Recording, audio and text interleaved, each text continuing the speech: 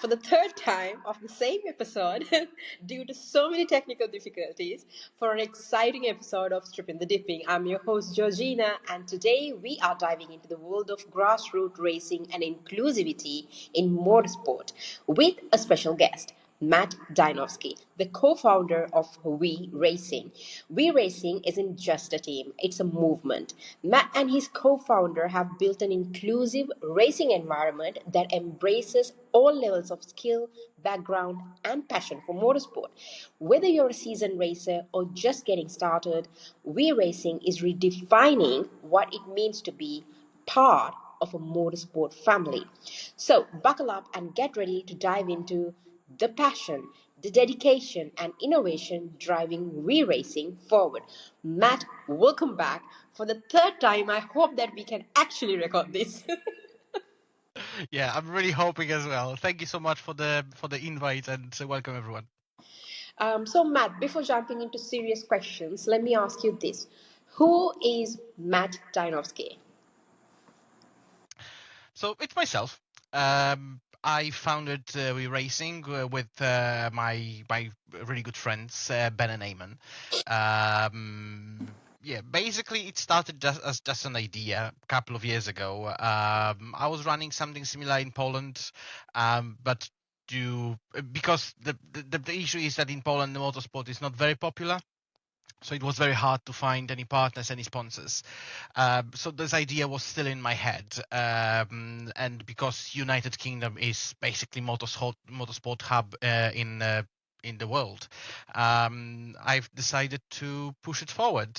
When I shared this idea with Ben and Eamon, they actually said we should do it. And last year when we were just casually racing at one of the karting tracks in UK. One of the friends approached us and asked, well, maybe you want to go for 24-hour race with us, which was stupid idea for someone who haven't raced in any races like that before, but we said, yeah, sure, we will go, without any preparation, obviously. So yeah, we went there. We actually done pretty well. As for the team that was built from people that didn't really know each other. We were part of another racing team because it was only a few of us. And because we are already involved and put so much time into it, we decided to push it forward. And well, since October last year, it's growing uncontrollably. So it will be a shame to stop it now. And yeah, right now I'm losing time basically to make sure that everything is working as it should. But yeah, it's really fun. It's really fun running racing. I have fantastic drivers. I have fantastic people in the team. So yeah, we really like a small family. So, what's your first motorsport memory that led into this whole career path? Yeah, well, it was over 20 years ago when I was on holidays with my grandparents. Usually, when an 11-year-old kid playing around with friends outside, usually, doing some silly stuff. But one summer Sunday was really rainy, so I couldn't go outside. Well, I could, but I'm not sure if I will come back dry. So yeah, let's say I wasn't allowed to go outside. And well, I was just jumping through the channels on TV, and I found this really shiny, quick cars that I was just hypnotized. So yeah, I was hooked since then. You got mesmerized by a car. Yeah, exactly. When you can see, I don't remember which race was it. But yeah, it was definitely the era of Michael Schumacher, Fernando Alonso, Kimi Raikkonen was still in McLaren. Say no further. So Say no further. exactly. So you had massive drivers on the field. So when you see the fight, and also when commentators are just shouting around, something is dramatic is happening, you just have to get hooked. Yeah, that adrenaline kick is like next level. So let's Exactly, talk about exactly. the birth of V Racing. You co-founded V Racing, an inclusive racing team. It's not just any team or just a normal motor racing team or anything. This is special. What inspired you to create this platform, and what was the vision behind it? Yeah. So the main reason why we've created racing was we wanted to give the opportunity to all people that want to join motorsport. Doesn't matter if it's driver, if it's someone who want to behind the pit wall, just do some strategy, mechanics, engineers, people from marketing, video content creators, or anyone who thinks that they have skills and they are able to utilize it in motorsport somehow. We want to give them a platform. So we have access to the drivers, we have access to the legendary tracks in United Kingdom. So we just giving people the opportunity to be able to get involved, basically. And our whole idea is to push people higher. So once they'll get in, they will see a bit what is the grassroots motorsport, how is it going, how is it running, and if they like it, we will be more than happy to push them forward because we know people that might be interested in them. Maybe not Formula One team at the moment, but hopefully soon. Hopefully, one day sooner, sooner than later. Exactly. So let's talk about the challenges in grassroots racing. Running an independent racing team isn't easy. What are some of the biggest challenges that you faced along the way? So maybe I will answer this question. What is not a challenge at all? Not the challenge is finding people that are interested in getting involved. And actually, I was really surprised because when I was running something similar in Poland, it was hard to find people that they want to help you. But here, for example, when we are looking for marketing people, we found fantastic people straight away. When we are looking for video content people, we found fantastic people straight away. So that's really, really really building, when you can see that people are actually following your idea and they see a real value in it. The biggest challenge is definitely funding because, as you know, motorsport is not a cheap sport. And, some people are saying that running doesn't involve any money, but technically, if you want to do it on the highest level possible, you need to buy shoes, you need to have some sponsors that they will be able, for example, to cover the cost participation in the event. So exactly the same as in motorsport. Even if a grassroots, the costs are massive. Even participation in, for example, British 24-hour race, it's thousands of pounds. That has to be covered by someone. At the moment, we're covering it by ourselves. Whether the drivers are paying for the entries, whether us are paying, for some marketing materials, some other stuff. It's all coming from our pocket at the moment. But definitely the hardest is to find the funding and sponsors that will see your idea as valuable. When it comes to the partnership, we already have some partners that we're really grateful for, and we're really hoping that it will, someday it will turn around into some much bigger. But you see, now, as I was telling you earlier before we start the whole recording, that what we do here in Sri Lanka, at least in UK, Matt, this is actually a positive point for you.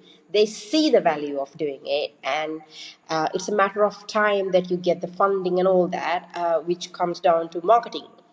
But here, when we start Absolutely. something like this, they don't see the value of it because they just want to keep on limiting it to keep it within their circle and not let anybody else, regardless their talent, to give them the opportunity and get into the motorsport industry as an industry. And for them also, they are eating each other's heads as well. So that's a that's a separate unfortunate part. But I know this burden. Absolutely know this. but it's not easy what you're doing because you're trying to bring change, and whenever people see change, they first of all start running away, and then they start barking at it because they don't recognize it. And once it all goes away, they start yielding it down and saying it, yes, Hail Mary for that. So I'm pretty sure that's going to take place for you as well super soon. But just keep on pushing because I love the whole concept, because that's what we are trying to do it here in Sri Lanka for majority of general audience to get into the industry and for them to know that there's an opportunity to do it and all that. So that's remarkable. You call your project We Racing, and we call it here Girls on Wheels, because we wanted to give the opportunity for the girls first and get them into the whole industry. But I'm pretty sure in the future we can do something definitely together as well. And also, I really want to see V racing thriving up because I love the concept behind it. So, let's talk about the inclusivity in motorsport. Inclusivity is a key part of V racing's identity. Why do you think motorsport needs more diverse and accessible opportunities? Yeah, I think it's really important from the current point of view and see what's happening in the world. Um, because obviously motorsport is very male dominated sport and usually male dominated with money. When 20 years ago the pure talent was enough to get into Formula One, now we can see examples where people are even struggling to, even if they're struggling to get funding, it's very difficult for them to get into higher series of motorsport. I can see it from my ambassador driver's perspective, Daniela Sutton, that she is, when you don't have funding, it's very hard to get to the higher series of racing. Even if it's Formula 4, you may think that it's not very significant series somewhere in the world, but actually sometimes people are spending millions of pounds to be able to get into the series. So that's why we want to make sure that people that we are bringing, they have a talent, but we are backing them with our marketing, with our support, so they will be able to get this funding and then get to the dream series that they want to drive in. Doesn't matter which background you're coming from. Doesn't matter how much money you have. Doesn't matter of your gender, color of your skin. We just want to help you if you're interested in making change in motorsport. I mean, regardless your gender, where you're coming from, what matters is your talent. And majority of the talent is getting wasted because they don't have the funding to pursue it. But the best positive example that I can give you is actually coming from Sri Lanka itself. So we consider bodybuilding as a very expensive sport worldwide because it is really expensive when it comes to the medication, the supplements, the food, and everything. But majority of the people, if not everyone, in Sri Lanka who are actually pursuing that as a career are coming from really humble backgrounds with zero to minimum funding and financial strength as well. But for them, the whole goal is actually achieving it and they have the access to it, so they figure it out on their way how to get into the next level. So, in the same manner, in the same way, what you do, if given the opportunity for these kids, these young drivers, these athletes, everyone who are there, then they will figure out what next to do, like what they're supposed to do next, or whether they want to pursue it or not. But giving them the opportunity first is really important for them to figure themselves out as well. So it's really important that the work that you're doing as well. So let's get back into your personal life. Memorable races and competitions. What has been your most memorable race or competition so far? Any moments that have stood out as career highlights? So there's a couple of things. Obviously, there is a couple of events that they're very memorable. Well, there's the one that I was posting about quite recently on my LinkedIn. When, well, I crossed the line big first, and it's very difficult when preparing for the podium, celebrating with your team. Everyone is happy, and just before you get in the podium, you're finding out you got the penalty, and you're actually not the first one, you're the second. So yeah, whoever will join and look at my LinkedIn, you will see how I look like. Basically, there was no tears, but well, I was definitely gutted. Listen, But listen. when I was Let me interrupt you, Matt. You're better with yeah. okay. It's not like a double disqualification, so you're better with that, Matt. Yeah, exactly. Yeah, but another one is definitely one of the races with my team in Poland when we basically lapped everyone. We were so dominating in the race. It was 4 hours endurance race when we literally lapped everyone. We finished before everyone at least a lap. So that was definitely memorable. We starting our season tomorrow. We're racing first full season. So we are hoping that will bring even more memories and even more significant races and events this year. And more to talk then, definitely towards. Exactly. Exactly. So, future of V racing. Where do you see V racing in the next few years, between 5 to 10 years, and any big goals or upcoming projects that you're excited about? Well, obviously, I would like to see we racing in Formula One, but we know how difficult it is. We've seen so many teams were trying to get into the Formula One, and there's only one who succeeded recently, which is Cadillac. So, and also they had to pay massive amount of money A map. for the Oh, teams for the Formula One. Well, if we will get this kind of funding, I'll be more than happy to join the field. But well, we have to be realistic. What we want to do, we want to keep up with our project, with our idea. We want to make sure we are still giving opportunities. We still give the young, but not only young, because we're not focusing on age. Because there might be someone who maybe finished their career already because of some personal reasons, for example, but they want to come back. Even 40, 50 years of age, you're still able to do it. We have we have really good examples. For example, Gabriel Tarquini, who was racing in BTCC, I believe, or World Touring Car Championship as well. I'm sure he's racing in Le Mans as well.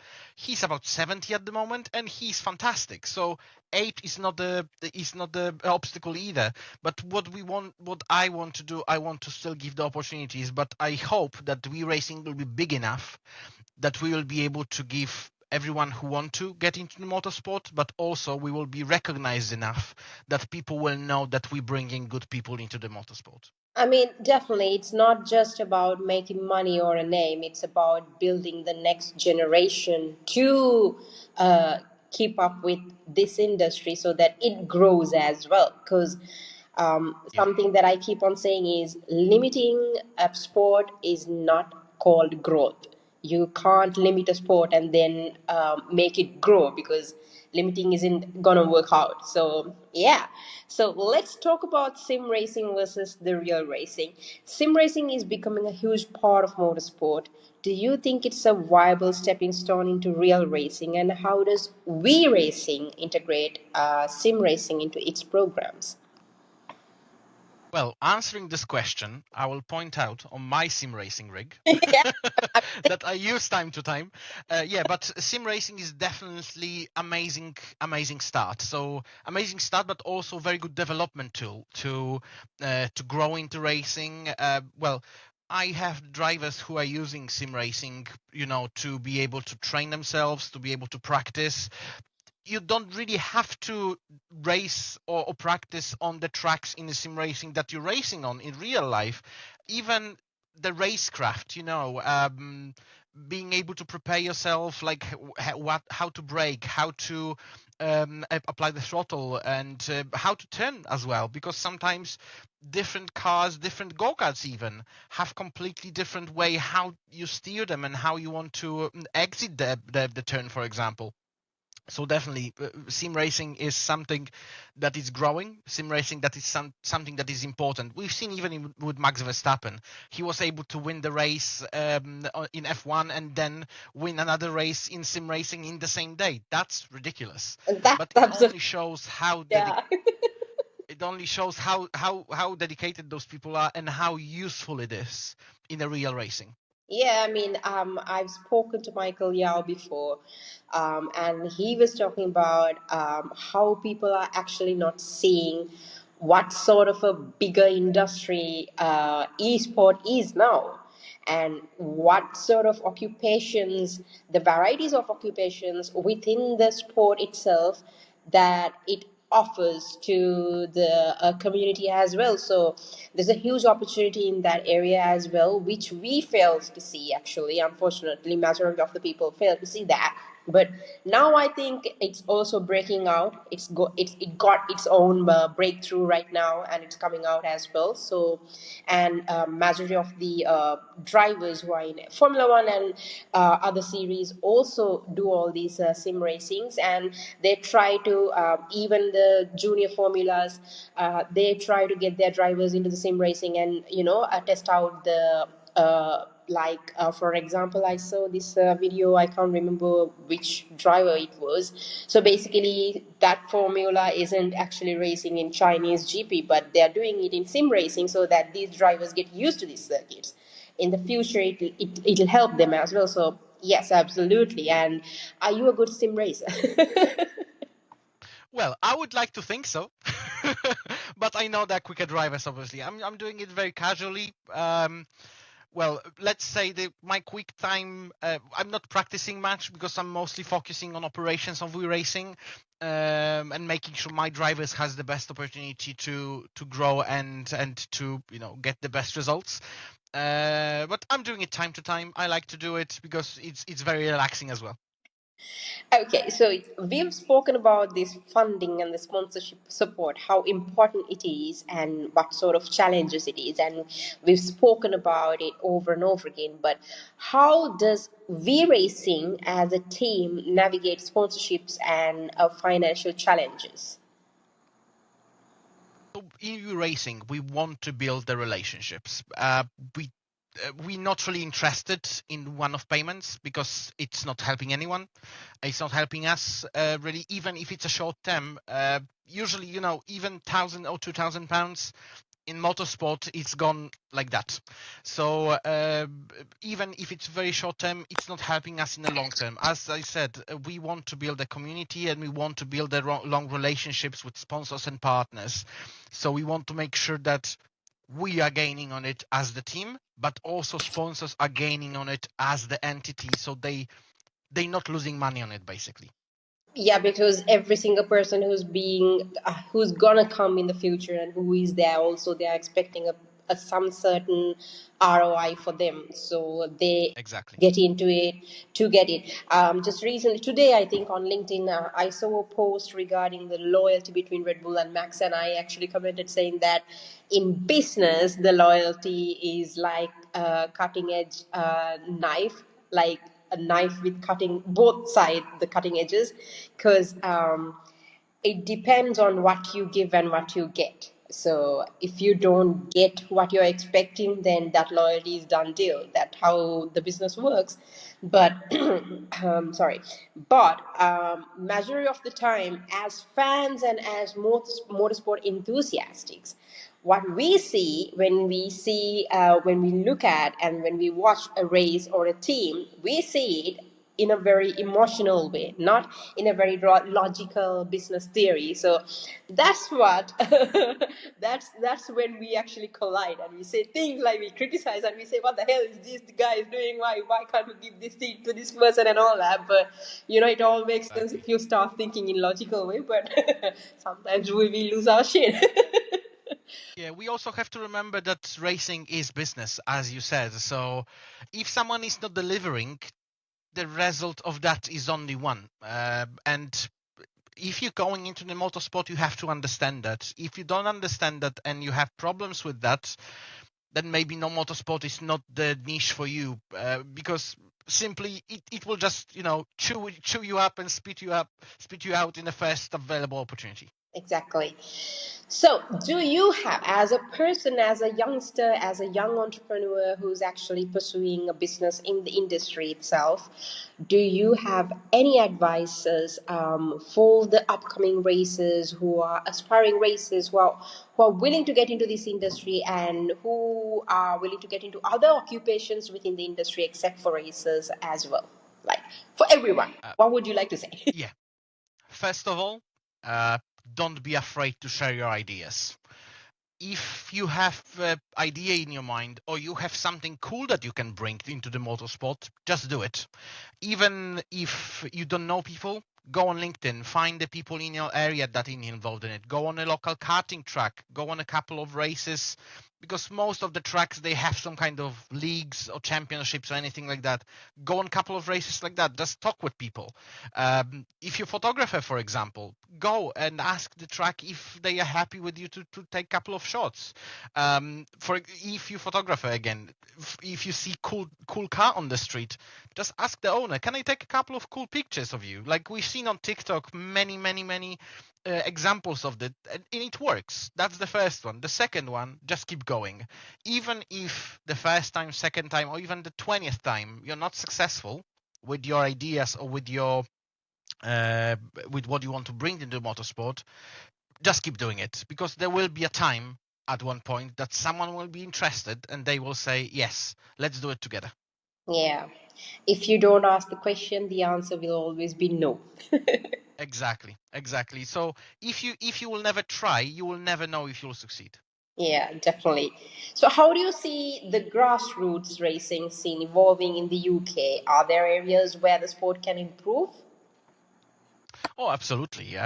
There's always room for improvement, especially in motorsport, because we know the main, uh, let's say, indication if you are good or not is just a stopwatch, nothing else. So yeah, just keep doing it. Just do it what you can, and make sure that you are the best as you can be at this time.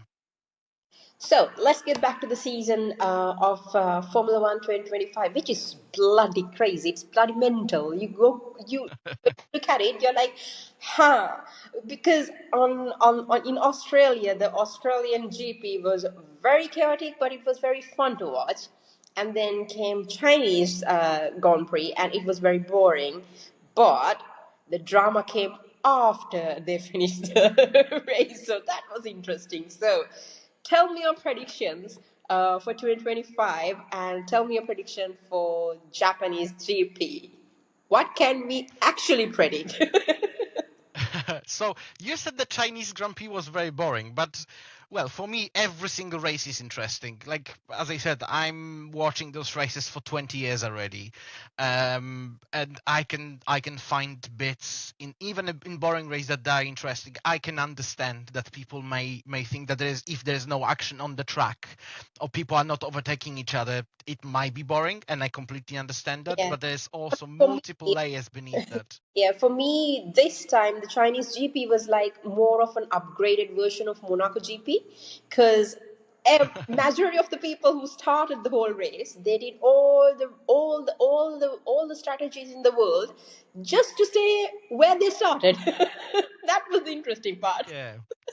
Yeah, exactly. Yeah, and I understand why it could be boring. When it comes to the predictions, well, I always told anyone, don't even try go and to booking shop or anything like that to bet on anything in motorsport, because you may think that Max Verstappen, for example, in 2023 will win every single race, but there's one thing that could go wrong. For example, engine will blow up, puncture, or whatever, and there's so many variables that you're not able to predict. But I would love to see Lewis winning this season as the championship. I think this will be amazing to see him winning in Ferrari, because I'm Ferrari fan as well, and he showing his 8th title. That would be fantastic. But realistically, I think it will be McLaren. Yeah, they're having a jet, not a car. They're having a jet, a Yeah, spaceship at the moment. But exactly. who would you pick between Oscar and Lando? For me, I'm gonna pick with Oscar, but I'm not quite sure what it will be when it comes to the team. Um, well, I would love to see Oscar winning, but I would love to see Lando winning as well. The main problem they have fantastic drivers, and they both very quick. The main problem Zach will have is to keep them cool, to Yeah, make sure that they will avoid the situation like Mercedes had in 2016 with Nico Rosberg Nico and and Lewis Lois. Hamilton, Yeah. when it come basically bad. People were seeing it as they hate each other when they were best friends since karting. So it wasn't the best outcome. So I'm really hoping to see that they will keep it as it is right now, and at the end of the season they will congratulate whoever will win. Yeah, that's definitely. So you said that you've been watching Formula One for 20 years now, and you see Yeah, that's my 20th season. every race there's something interesting for you. So which season, this is like out of all the questions that I'm asking, which season in your knowledge, in according to your experience, was the best so far? 2008. I know it's very long ago, but was the best season. It was Lewis's first title. It was also when Polish driver won the first Formula One race, so that was super exciting. The fight, the fight for the title was until the last corner of the last race of the season. So that was something. Well, even now I'm talking about. I have, shivers on my on my hands. So that's definitely the season to watch. But there was a couple of seasons after that they were worth as well, like 2012 as well, when in the first 7 races we had 7 different winners. But every single season has the race that was phenomenal. Every single one, and I'm sure if there are any F1 fans, I'm sure they are, F1 fans watching it, I'm sure they will be able to bring one race from each season that basically, knock them out. Yeah, that's going to be crazy. So before we actually move into the fun questions, are there any final words that you would like to say? Well, I said that before, but if you have idea that you would like to get involved in motorsport and you have some skills that you think that you might utilize, even if you think that it's not nobody will be interested, just try. For example, when I was 17, at 1 year, I was so determined to get the autographs of the drivers. I sent emails and letters as well to every single team, and I got massive responses from the teams and I haven't paid for anything for that, so that's cool as well. Basically, keep trying. Don't get your passion, to get down, to be put off by anything. If you think that you are good at something, I'm sure in motorsport there will be someone interested in your services. Yeah, definitely. Because the best example that I can give you is one of the guests that I've interviewed. He is from US. He's one of the IMSA drivers, Ken Fukuda. So he's 36 years old, and he started his racing career later on in his life because he was not quite sure about back again to the funding, the finances issues, and all that. But then again, he just realized that you know what? I mean, I'm saying it in my own words. He was like, you know what? Fuck this shit. It's not gonna work out. I'm just gonna go with this. So it was something like that for him as well. So he realized it that following his passion was the thing that he needs to go and do it, regardless whatever it is. Take the risk and go do it. But sometimes people do take the long way, and sometimes just people keep on taking the short ways. Sometimes it works out from the first try, and sometimes it doesn't. But that doesn't mean that you need to give up. Like Yeah, the saying goes, your goal has to be the goal, but the paths can be different. But you know, the goal needs to be there, and you can choose whatever the path. If one path is not leading into it, then take a different path, and that's it. absolutely. Your dream, if you dream about something, don't just keep going, because your dreams might do the massive things. Sometimes you may think miracle miracle can come in, and you may think that something is impossible for you to do.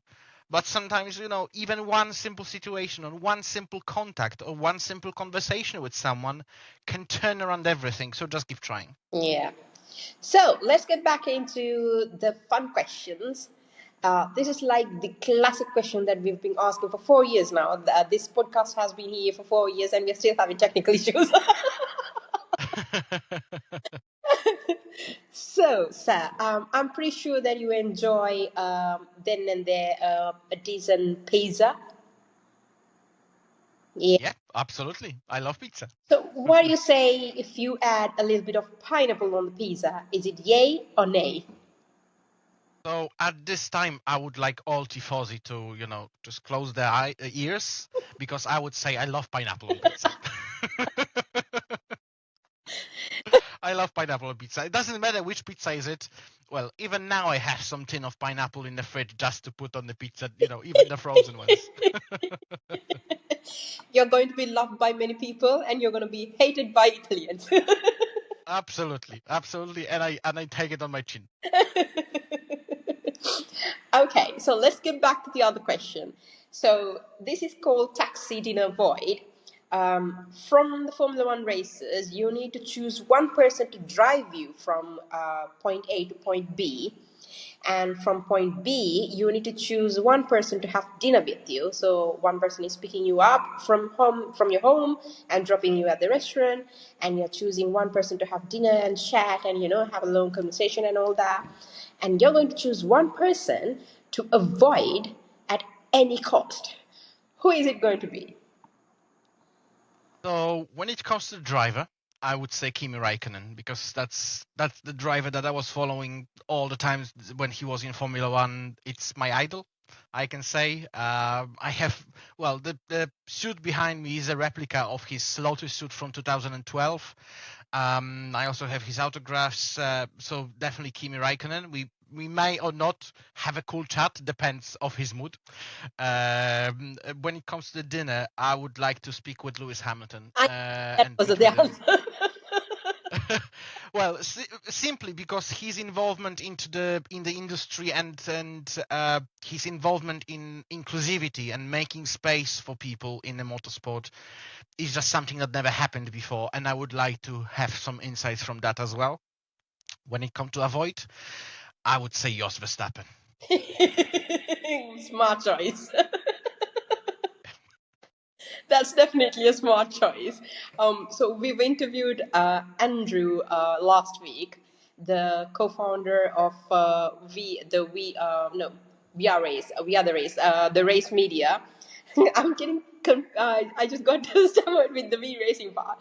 So yes, the Race Media co-founder and CEO, and he used to be the editor in chief for Autosport as well. And when I asked this question, he said that he's going to avoid Danica Patrick. So Well, that's the well. When I'm watching races with my partner, he's saying, well, I don't want to say bad things about anyone, but I think there is very similar approach from different people as well. That she's the woman that talks a lot, but doesn't really give any value into the conversation. makes sense at all. Yeah, I've heard that, and I've seen lots of tweets regarding that as well. So Yeah. yeah. So if you were a sandwich, Sarah, what?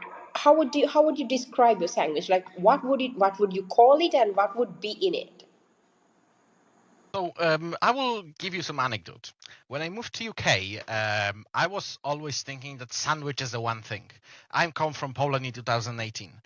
But well, that was a big shock when I come to UK and I realized that actual sandwich is two pieces of bread, one bread, then some ham, cheese, or whatever, Yeah. and then another piece of ham. But in Poland, we have only one piece of bread. So we have one piece of bread, then ham, cheese, some vegetables, etc., and that's the sandwich. Oh wow. So I would call it a Polish sandwich. Yes, definitely. We'll go with the Polish sandwich. So what put it in? So I love pickles, any kind of pickles. Well, Poland is really, really famous from very different kind of pickles. We pickling every single vegetable, I think, and I love them. I love ham. I love some patty. I love cheese. So well, I'm not really fussy. So I would put anything in a sandwich. Everything goes. It's a everything in Polish sandwich. Yes, exactly. So if you have a dream race track, if you could race on any of the tracks in the world, which one would it be and why? So I really loved. It's not in the F1 calendar anymore, but French Manicure. It's fantastic track. I love how it drives. I love how it's very smooth when it comes. When you're driving, all the corners are coming predictable, but it's also very quick. There's a lot of opportunities to overtake as well. It's really shame that it's not on the track anymore. When the French GP was coming back a couple of years ago, I was really hoping that it will be there. It wasn't, unfortunately. I think we would have much better racing at Manicure than Paul Ricard. Okay, so one rule that you would actually change in racing if you had the power, what would the motorsport rule that you would like to change?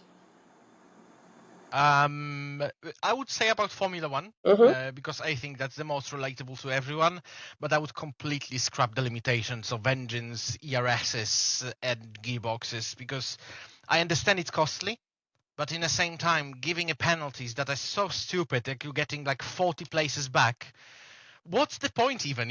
Like you won't get further than 20th on the grid or pit lane starts. So what's the even point of giving him even more penalties? I think it's stupid, but I understand.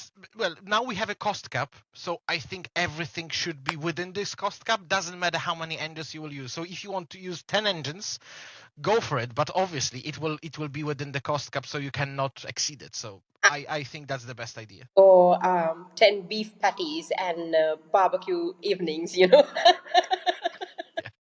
exactly. So, if you were to name a movie regarding motorsports, but it has to be a combination of the color of your T-shirt or what you're wearing now, which is actually white, I can see, the dessert that you ate a while ago, what would be the name? It will be white fruit salad, Oh, which bloody is hell! oxymoron. Yeah, but it will be white fruit salad. So But yeah, I you know think it what? sounds really cool. That name is sort of making sense if it would have been if we were talking about Formula One in the 80s, white fruit salad. Yeah, exactly.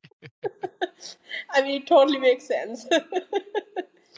So, in an alternate reality, if you were not working in motorsport, then what would you be doing?